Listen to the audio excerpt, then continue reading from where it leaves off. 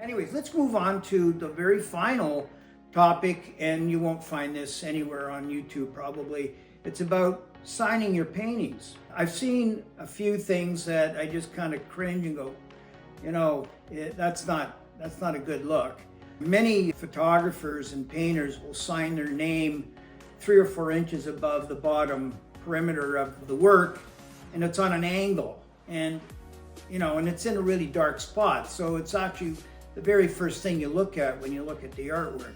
You don't want that. You want to tuck the signature away a little bit. Don't have it so obvious. There are rules to this, and I guess I'm sort of old school. I like a signature down at the bottom, down at the right-hand corner, and a nice flowing script, okay? Now by that I mean it should be a signature that you can read. It's part of your branding, part of your name, part of your artwork, and you want people to remember that. I so often see artists who can't write anything legible, so they scribble their name, and I don't know what their name is, and I'm not going to be able to remember it. Last week I went to an art show, saw a really nice oil painting, and the artist signed it F. Like, what's with that? Like, who's going to remember your name when you signed it F? That's all there was. A really good friend of mine, she never signed her artwork at all. She signed it at the back. And I said, why do you do that? No one's going to remember who you are. You spend your whole lifetime trying to come up with a brand or a style that you want people to remember. She goes, well, if people want to remember my name, they'll look at the back of the painting. And I said, no, they won't, and they won't be bothered. So that's not a good idea either. Another don't do is, I remember seeing a painting back in the day, and the name didn't register at all, and sadly it was a friend of mine, and he signed it with his nickname. And I mean, that's like signing a Hardy Boys novel, Frank Dixon. Who's Frank Dixon? It was a pen name. Nobody knows who Frank Dixon was, don't even know if he existed.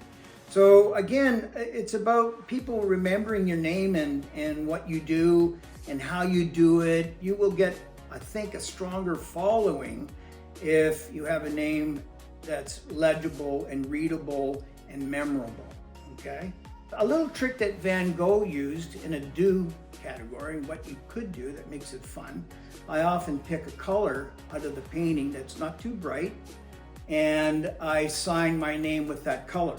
Van Gogh used to do that when he needed a color down at the bottom right-hand corner of his painting to make sure he's got 3 of the 4 boxes occupied with that color or that same style or line or shape, form, whatever. And he would sign his name in cobalt blue. Red is a nice color to sign your name with. I think the bottom line is make it legible, make it artistic. It should have some flow to it. I have a signature that took me several years to come up with.